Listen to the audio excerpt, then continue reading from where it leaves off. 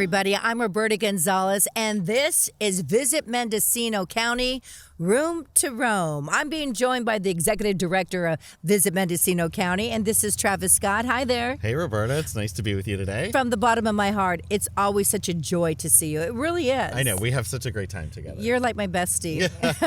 You really are. So it's a beautiful, bright, sunny day. We got people out and about working, and I am apologizing big time for wearing sunglasses. I know it seems a little impersonal, but it's so bright. It is bright out here today, so we've got to have them on. Yes, we do. So thank you very much. It's just a picture-perfect California day. That's what right. we have here.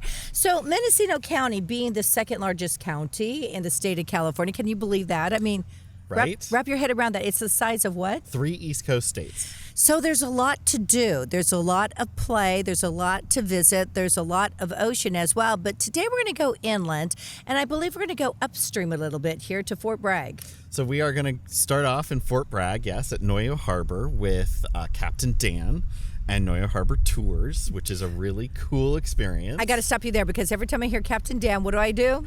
Captain Dan! Oh, Captain Dan! When we get to go out in your boat, Captain Dan? I'm sorry. I just can't help it. It's the Forrest Gump in me. Right? So you may continue. Okay.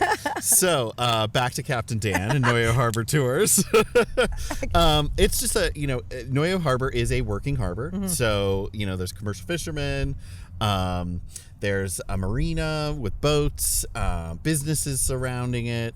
So it's really cool to get on the water side of the harbor and take a tour and see what's happening from that side. Oh, yes. Rather than what we normally see as visitors just walking through the harbor on the front side. That's a really good point.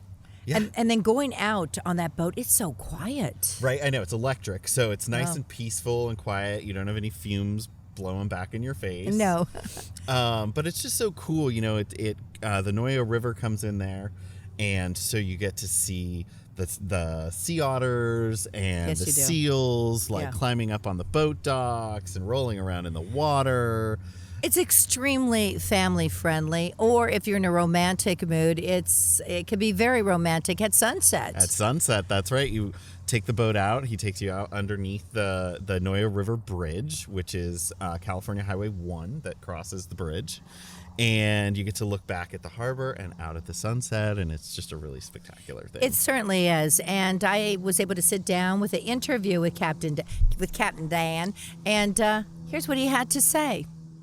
Hi, everyone. Roberta Gonzales here with Captain Dan. That's right. It's Captain Dan Platt. Captain Dan. And I'm sorry. I'm only going to do this once, but every time I want to say Captain Dan, I'm going, Captain Dan. Oh, Captain Dan. Let's go some shrimp fishing. We're going to go get us some. Okay, I'll stop. How are you today? I am doing really well. It's a beautiful day in our harbor. It's a gorgeous day. This is a blessed day for you, right? Because what time do you start your cruises? Let's see. Our first one is at noon, and then we have another one at 4 o'clock. And how long are your cruises? They're about an hour and 20 minutes. I go upriver a little ways, and just because it's really pretty up in here. And then I turn around, I go down into the main harbor. I tell people about the fishing boats and what they fish for. I've been fishing for a lot of years. So I know all the fishermen in the harbor. I thought you were going to say you know all the fish in the harbor, which you probably do as well. But if we can back up a little bit for some people that may be watching this podcast and they don't really know where Noyo Harbor is, can you explain? Okay. Well, Noyo Harbor is on the northwest coast of California, in between Bodega Bay and Eureka, California. We're just about exactly in the middle of those two. Fort Bragg. Yeah, Fort Bragg. Yeah. And Dolphin Isle is a small marina that's where we currently are now. Dolphin Island? I didn't know this was called Dolphin Island. This is Dolphin Island, yeah. So it's a small marina that's upriver from the main harbor in Noyo Harbor. Do you get dolphins here? Porpoises out in the ocean, but we're a little bit too far north for dolphins. Okay, so when you go out, do you go out into the ocean, or you cruise? No, around the we river? don't. We stay in the harbor. We turn around underneath the bridge, the Noyo Bridge, Okay. and then come back upriver. Okay, so you don't ever go into really rough water. No, Good. no, it's all really I'm happy with nice. I wish I had sea legs, but I've been on plenty of boats, flat bottom boats, and it's not good. It doesn't end very well. Yeah, this is good for people that don't want to go in the ocean. Families, children love it, and just about everybody that's been on the boat has really enjoyed it. Captain Dan. So, Captain Dan, you have some you have the sunset cruises, right? Do you Yeah. ever have sunrise cruises? We haven't done any of those. We do have to work around the tide a little bit. Okay. Because where we start up here at Dolphin Isle, on a low tide, there's not even enough water for this boat to get out. Tell me about your boat. So my boat is an 18-foot Duffy boat. It's all electric. It has about 8 hours of running time on a charge. And On a charge. So there's no gas. no gas. It's all electric. Yeah. Excuse me, I think I got like a little butterfly in my throat here. One came flying by here. No, but thank you. It's all, I have to tell you, this is some of the cleanest, freshest air I've been around in a long time. It's gorgeous here. So again, you don't have any gas, which is really economical, especially right now in our times when gas prices are through the roof, right? And environmentally friendly. Environmentally friendly. What's the best part of your job? I mean, you said you've been doing this for almost 30 years, right? No, not 30 years. I started in 2017. Okay. Oh, this cruise, but you've been sailing. Oh, I've been fishing for, my whole life, about 40 years. Where are you from? I'm originally from, my family's originally from the LA area. My dad was a phys ed instructor at Pomona College in Claremont. So we lived on campus on the college. And we moved to the North Coast when I was pretty young. I was about 8 years old. So I finished school, graduated from high school from Point Arena, which is a small town just south of here. So that it might explain it, because I was going to say, but what had the ocean calling you, or the river calling you, the water calling you? Was it Point Arena? Is that where you got your sea legs? Actually, originally, when I lived in Los Angeles, I had a friend whose family took me on a charter boat. And ever since that day, believe it or not, I had decided that I wanted to be a fisherman. Oh, wow. Did you go to Catalina? We went somewhere out there, but I caught a fish and I was hooked. I've been hooked ever since. So I went swimming out from Long Beach and the San Pedro area out towards Catalina, and along the way I caught 17 bonita fish. Bonita, and they're not good eating, but they're great fighters. So it was fun. So I'd go out and get another one. I'd go and bring another one in, and then it's like, what are you going to do with them now? Because they're extremely oily and just kind of nasty tasting. Not really good to eat. No, but you have a lot of great fish out there in that ocean there. Yeah, so what do you have here that perhaps you can see? Do you ever have anything come up to the boat that the kids love to see? Oh, yes, the harbor seals. Oh. We always see a lot of harbor seals. Right now, the big sea lions are here, and so they usually like those. They make a lot of noise, and they're huge, and pretty entertaining. Yeah. So I was once doing this swim from Alcatraz, and I had to swim from Alcatraz to Marina Green, and one of those big old, it was called Escape from Alcatraz. It was a triathlon. Oh, I'm a little crazy. Yeah. So one of those big old sea lions, I was wearing a wetsuit, of course, and a very thick one. He tried to mate me. Oh, no. Because it's not because he likes Mexican food. It's because he thought I was another sea lion. Right? Yeah, he just kept coming up to me and bumping me in the water. And that scares you because you don't know, in that, from Alcatraz to Marina, there's still 6 kind of types of sharks there, right? So you don't know if it's a shark or whatever it is. They're huge and they're aggressive, and especially when they want to mate. And if throw in a full moon on that, it's not good. Not at all. Not at all. Had to get one of the lifeguards they're in the boat, and they had to come up and get away. Yeah, so that's my experience with sea lions. But you have better experiences with sea lions, I imagine. Yeah. So what is your best thing about being Captain Dan? Well, I really like meeting the people. I get to meet all kinds of different people. I've always enjoyed driving my boat. I like to drive the boat around. I spend a fair amount of time on the tours telling people about the different kinds of fishing boat and what they fish for, and also about the politics of fishing. There's a lot of misinformation out there about, for instance, bottom trawlers, right? A what? Bottom trawlers. Bottom trawler. What's a bottom trawler? A bottom trawler is a boat that fishes with a net. They lower the net down to the bottom and they pull it across the bottom. Yeah, and there's a lot of misinformation. People just don't know a lot about what's behind the fish that we catch. Okay. So I enjoy sharing that information with the people that are on the boat. Whatever you catch, do you eat? Yes. What's your favorite kind of eating? I think one of my favorite fish would be what they call a cabezone. I fish commercially for rockfish. Okay, those are good eating. Yeah, and cabezone are one of my favorite. What is a cabezone? A cabezone is a rockfish, and it's a rockfish that it's a whitefish. it's actually kind of ugly, but they're really tasty. I had a joke, but I don't think I should say it right now. But but this is our continuing segment of Room to Roam, because you have lots of room to roam in Mendocino County. So thank you so much, and thank you for having us. Thank you. All right, you be well now. I will. Rolling hills and vineyard valleys, redwood forests, and a stunning coastline. Mendocino County features wineries, breweries, restaurants, and lovely places to stay. For a breath of fresh air and room to roam, visit Mendocino County.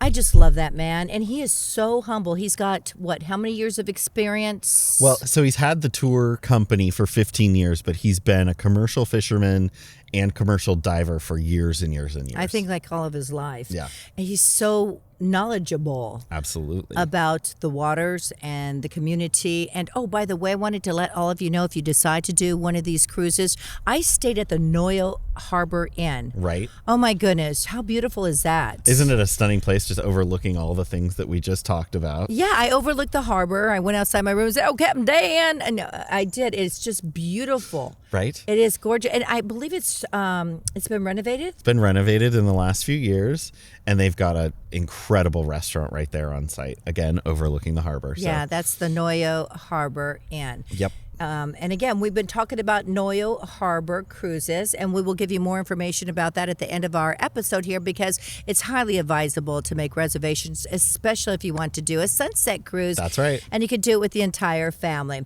So that was a fun experience, but we're going to stay within this whole theme of the Fort Bragg area. Yep. And let's talk about our next subject. Okay, this is a fun one. It is. So the Skunk train and the Skunk train Railbikes is also one of their depots is in Fort Bragg. It's a historical railroad. And who's the chief skunk? Chief Skunk is Robert Jason Pinoli, and we met with him when we were there.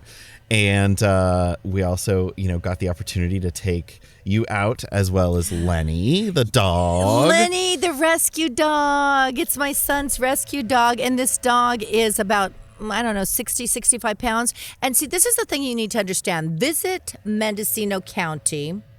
It's very dog friendly. It embraces animals. And so we got Lenny and we put him on the rail bikes with us. And by the way, I got to back up a little bit in case you don't know what a rail bike is. It's actually like we had a rail bike with 2 seats, and then you pedal, or you don't. Right. Along the railroad tracks. Along the railroad tracks. Now, see, I was pedaling because I wanted a good workout. And then my partner just pushed this one button, and it was gas operated. Off you go. Off we went. And I wanted to back up a bit before I go in further with this story here, but Lenny gets to go along with us. You can bring your dog along. And you know how dogs are trained in crates? In fact, Lenny sleeps in his crate. He loves it. It's his home. It's his house. So they have crates on the rail bikes, and Lenny went for the ride. Yeah. No, absolutely. We want you to bring your pets with you and bring them along with all your adventures and activities. In fact, if you see Visit Mendocino County Room to Roam commercial on television now, airing right now, you'll be able to see Lenny on the back of one of the rail bikes. That's right. So how long are these trips when you're on the rail bikes? So there's a 3-hour trip, and then there's a 6 or 7 hour trip. And you ride the rails out, and then you hang out for about an hour, bring your picnic lunch in your backpack. How about that? Maybe a bottle of wine or bottle of beer, whatever you're into. And you get to sit out there and, in the forest, and there's walking trails out there. So you get to have your little picnic lunch. Oh, and we saw, what we saw there when we were rail biking? We saw a family of foxes. Foxes, yes. They crossed the tracks right in front of us when we were riding back into town. Beautiful. I think this one fox just looked at me and said, you have a gas button there, don't you? Right. As you're cranking away trying to get your steps in. I loved it. I love the opportunity for a workout. So you have the rail bikes, and that could be a 3-hour, 6-hour duration. But what about the train? So the train departs from Fort Bragg a couple of times a day. And it's awesome. They have an open car. They have closed cars with seating. They have a bar and snack car. And you just get to take this beautiful ride out through the forest. You get to cross, the trestles with the creeks running under them. You get to see the wildlife and along, Pudding Creek. And so it's just a really cool experience. So you mentioned the chief skunk, Robert, and I'd like everybody to meet him right now, right here. Robert, tell me about rail bikes. Well, the rail bikes are not certainly new to the skunk train. They are something that's been around for over a century. But we built these rail bikes here in Fort Bragg a couple years ago and have been upgrading them ever since. So the rail bikes are something new to a 136-year-old operation. And it is a way for people to get outdoors in the fresh air and have a little bit of exercise as they're going along the Redwood route. So the concept of it is the bikes are on the rails. Yeah, so it's the bikes are no different than a train. The wheels have a flange on them, which keeps them true and on the rails, and they're pedal powered. All of our bikes are electric assist. So if somebody has some mobility issues or just can't make it up the grade, fret not, because our bikes will take care of getting you up the grade. All of our bikes are electric assist. I see a lot of abandoned rails across the Bay Area, but this is the only area that has actually utilized those rails. And I mean, like in Pleasanton, for example, we have old rails there that the trains no longer use. So we're a full functioning railroad. Of course, California Western Railroad, which is home to the Skunk train, has been in existence since 1885, and we have continuously operated over these railroad tracks for now 136 years. Part of our job is to keep history alive. And how do we introduce people, perhaps a younger generation, to something that sometimes has a very stodgy or nostalgic or very old-fashioned feel about it, and they may not be interested in trains? And how do we get people excited about what it is that we're doing on a daily basis?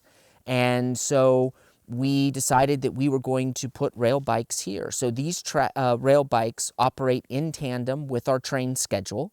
And of course, our dispatching staff figures out the logistics and the timing and all of that. But it's not uncommon for people to take a train ride and come out here and experience, nature, and then say, wow, this was amazing. We've got to do the rail bikes, and come back for a rail bike experience. Trying to basically reinvent the wheel. In some cases, it really is. It gives, when we built these rail bikes, we actually built them for a younger generation. And what we found is that because of our bikes being electric assist, and folks with maybe limited mobility issues who may be older or frankly younger and have a mobility issue but want to get out and experience nature, this gave people an opportunity to come out and enjoy the redwoods and enjoy what other people get to enjoy. In fact, we had a lady bring her mother for her 94th birthday this past year, and they were able to do the rail bikes without a problem. How fast can a rail bike go? The rail bikes can go at a pretty good clip if you have no other rail bike in front of you, and we've taken these out, of course, on our test drives and making sure that as we make advances to them. But you can get a rail bike up to about 20 miles an hour. And then you can also get the rail bike to travel with you not assisting it? Absolutely. The rail bikes are pedal powered first and electric assist second. So yes, if you want to work out and you want a really good leg workout, then by all means, this is certainly something for you to do. How long is the route? The route that the rail bikes are traveling on today is 7 miles round trip. The entire route of the Skunk train is 40 miles. But the rail bikes are doing a 7-mile round trip. We come down from Fort Bragg to Glen Blair Junction and then return back to Fort Bragg. And starting this summer, we'll be expanding our rail bike operation so that it is a much longer trip, to be about 25 miles. And that'll be a completely different experience, separate from the one that we're doing today. Where does Skunk come from? So the nickname Skunk was born in 1925. We had single-unit self-propelled rail cars that were used to transport passengers. They had gasoline engines and pot-bellied stoves that burnt crude oil for heat. The combination of the fumes, the old-timers said that these little buses were like skunks because you could always smell them before you could see them. I have found this entire area, Fort Bragg, Mendocino, Willits, dog-friendly, including you. Absolutely. Our dogs, look, dogs are often the best behaved passengers. They never give us any grief. But we found a way to open our doors and welcome dogs, not only on our trains, but on the rail bike experience. And our very own staff who built these rail bikes from the ground up actually built the rail bike a trailer for canine companions. And you actually give them a doggy bag. And they get a treat and they get a bandana. The railroad was founded in 1885 by a lumberman from Racine, Wisconsin. His name was C.R. Johnson.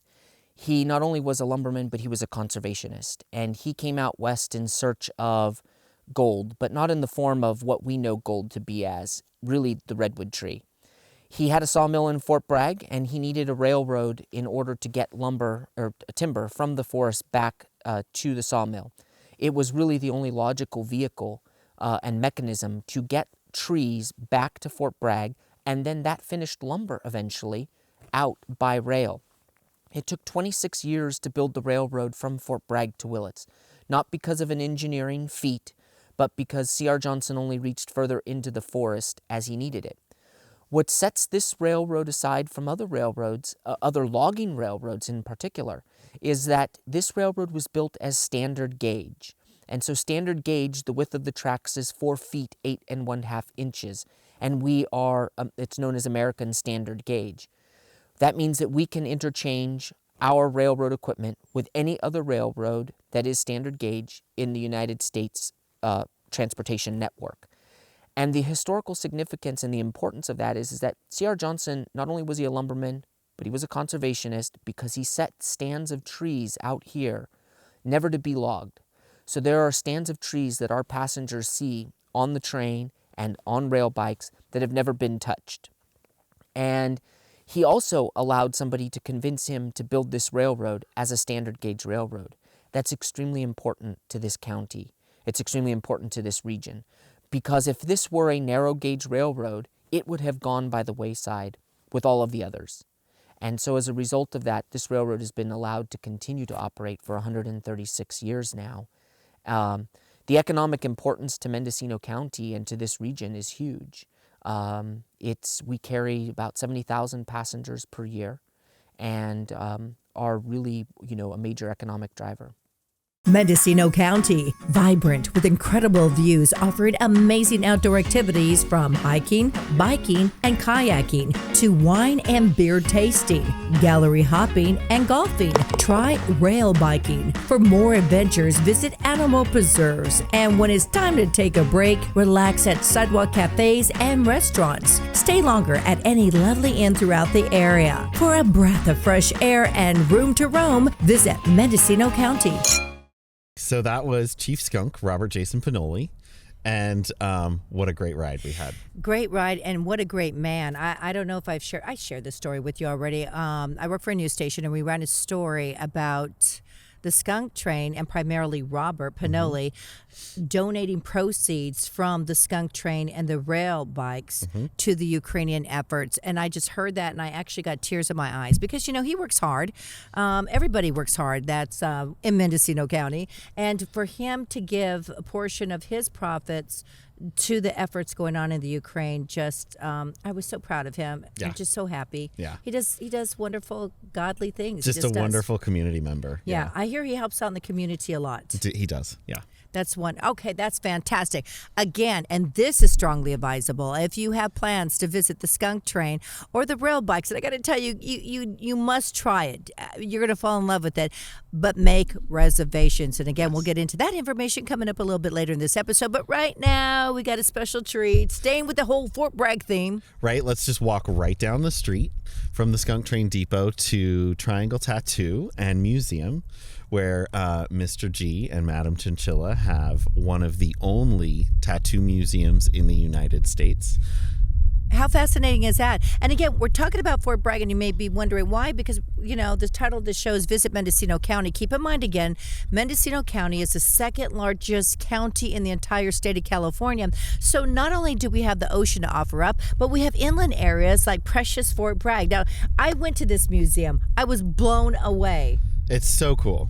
They've had the museum for, I think, about 30 years. And the shop, and they're just incredible artists, and it's one of those kind of unexpected things that you generally kind of like stumble onto, you know what I mean? Yes. So that's why we're excited to share it with you guys today. Maybe we should just go right out and let's show the interview. Well, let's tell them who the people are that we're talking to. Okay, so we've got Mr. G and Madame Chinchilla. There you go.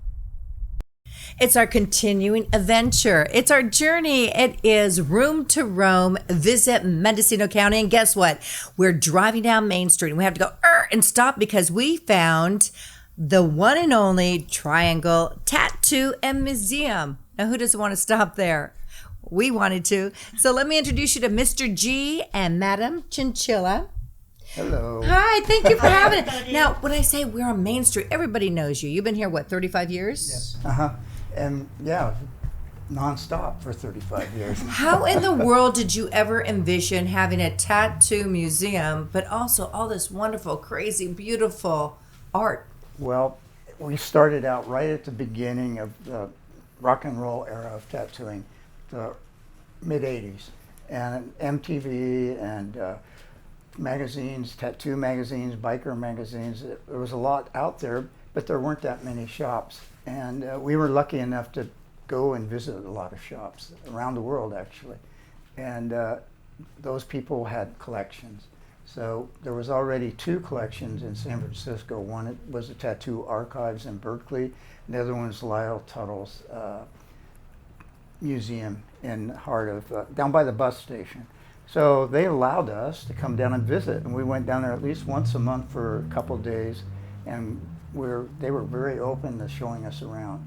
And then the earthquake happened in 89, yeah. When the earthquake happened, they shut the one museum down, and we thought, we have all this space, let's start collecting. So we had already started collecting, but we started displaying it. Yeah, and you started displaying it right here in Fort Bragg. Yes. And this building itself withstood the 1906 earthquake. And Madame, is it Madame or Madam? Either way. or. Yeah. I know either word depends on what mood you're in. Chinchilla. So tell me, how did ink come into your life? Ink first came into my life when I was 20. How old was I? 20-something years old in Seattle. Actually, my father was like a criminal in ways. Did he rob banks? Well, Jewish mafia. No, okay. Almost, yeah. All right, pretty close. Yeah. Well, I have an uncle who robbed banks, so that's why I asked. They may have hung out together. maybe. Seriously, I'm not kidding about that. So he had pinball machines and jukeboxes and Cigarette all machines, of that. And us kids, his 4 children, got to go along with him on Saturdays after we went to temple.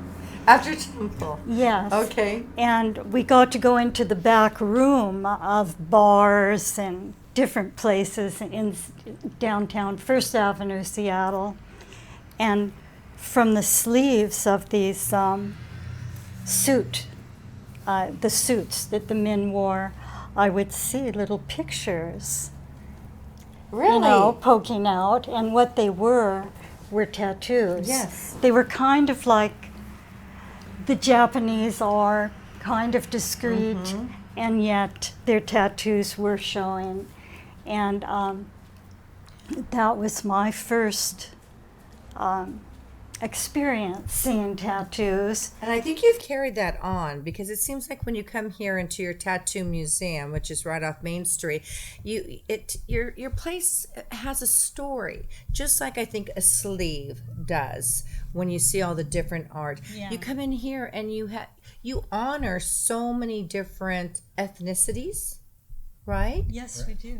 Yeah. And how did that transpire? By traveling the world? Well, traveling the world, we had a teacher who was Hispanic, and he was real rare. That was one teacher too. He's from Boston. Okay. Yeah, but we were taught by Bert Rodriguez, and he was tattooing in the '60s along with Lyle and Ed Hardy and a lot of other names that are Frisco names.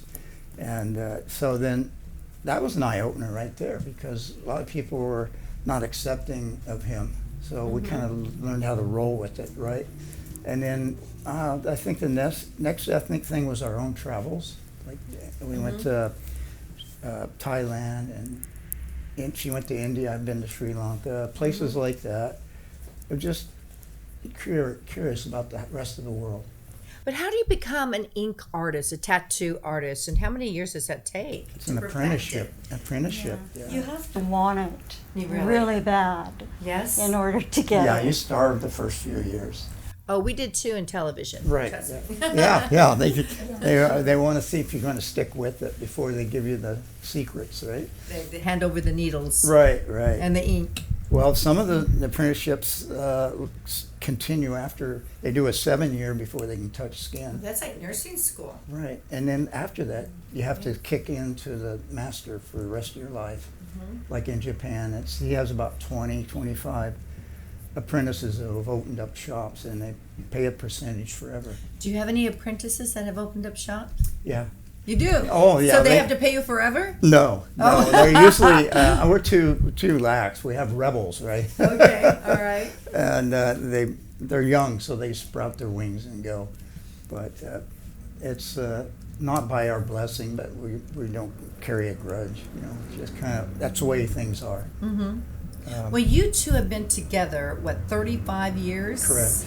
So you fell in love, and you both have the same keen interest, and you still nurture it today? Oh, yeah. Yeah. If somebody wanted to come in and just see the museum and not so much get a tattoo, can they do that? Yes. Yeah. They just come and visit? Yeah, we're a little restricted with COVID because we can only have so many people up here at once. But yeah, usually we have a large bunch of people coming up here, whole families. We've had tour buses come in from Germany.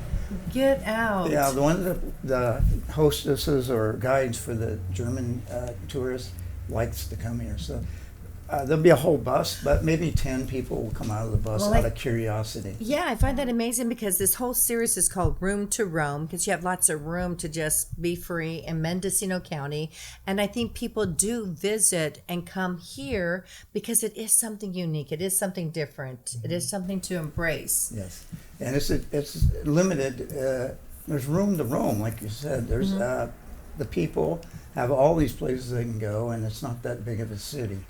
So they feel comfortable walking around every street and back roads and all that. And comfortable coming here and getting education. Right. That's Yeah. right. Yeah. If you had one thing you can tell people when they come visit Mendocino County, specifically even Fort Bragg, about your particular triangle tattoo and museum, what would that be? Oh, my. That you love your dog. Where's your dog? Your dog's over There's here. our little dog. Yeah. Well, I'd say that we're very interested in what someone wants and chooses for their own tattoos. And it's so meaningful to them. Most tattoos are very heartfelt. So I like that. I mean, it's your own choice. It's on your body. Forever. And it's forever. Yeah, that's the wonderful thing about it. Yes. Yeah. Yeah, and most The people- commitment. The commitment to it. Okay, so what if somebody just had like a crazy hair and they had a night on the town and they came in and go, I want a tattoo. Would you take somebody then, or do you say go home and think about it first? Well, I don't care about their reckless attitude. That's okay, but we don't like people drunk or on drugs because it's just a pain in the butt. It's a pain in the butt. So yeah, sometimes people try to sneak and they've had a few drinks and they can't just walk in. You know, usually we're tattooing someone else, so we'll keep an eye and make sure they sober up a little bit, and then they can have the tattoo. But then they can have the cocktails after the tattoo. Afterwards, yeah. Yeah, to kill the pain a little bit. Is it very painful? No. I don't have a tattoo. No, it's what happens is you get used to it. I have birthmarks, so I don't have a tattoo. Yeah, well, they kick in the endorphins and dopamines, and it's that's the primitive background of it. It's done for spiritual reasons, and that's part of the whole experience. Is people get a little high on their body, kicking in all those chemicals. Sure. And, excuse me, Oh, I like go to ahead. interrupt sometimes. I don't consider getting tattooed as pain. A lot of people think, oh, needles, pain. I think about it as an intense sensation. Ooh. Because we know that a needle is going to be intense, and it's a sensation, and that changes the reality of your experience. I like with that. getting That's so tattooed. sad. I like that. Well, thank you for your time. And again, if you want room to roam and you want to visit Mendocino County, then you've got to come to Triangle Tattoo and Museum. Thank you. Thank you. The art with a pulse. Oh, nice. Wow, and that's all I can say here because Madame Chinchilla and Mr. G are some of the most eclectic and eccentric and beautiful people I have ever met. Right, so cool. Yeah, and I think they've been together almost a lifetime. For a really long time. In the museum, they have pictures of themselves in their younger days, in their youth, when they first met, and she looked like Cher. Right. And the only reason why I said she looked and doesn't now, because she's gone through some experiences in which I want to call her a warrior. She's a warrior. She's a survivor. She has been fighting the big sea, and she's winning the battle.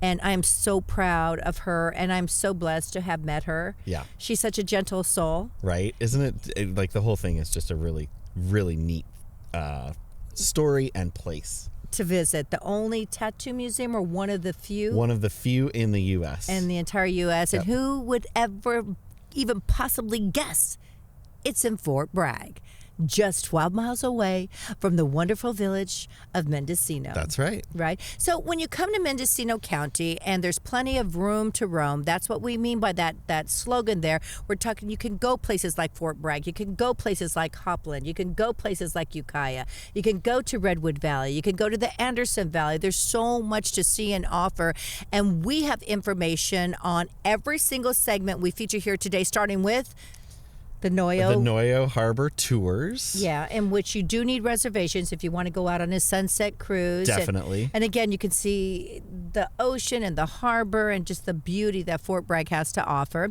Then also we have information on our website for The Skunk Train and the Railbikes. and that is, and I'm serious about this, people. You've got to try it, but you must make reservations. Yes.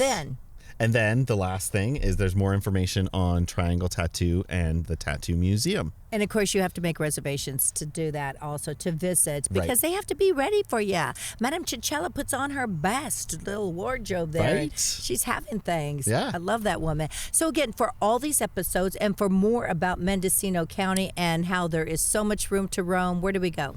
Visit Mendocino.com. Well, that was easy. Right?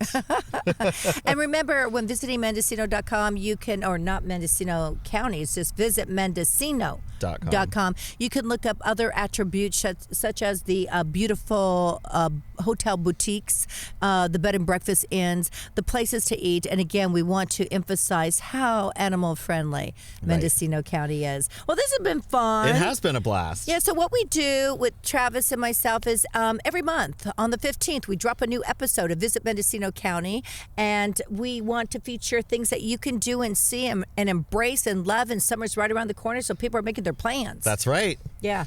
All right, well, thank you so much. Thanks for having me, Roberta. It's always fun. Shall we go do lunch? Let's do lunch. Let's do lunch. And take care of one another. Stay healthy, stay safe, and visit us next month for another keen episode. Bye.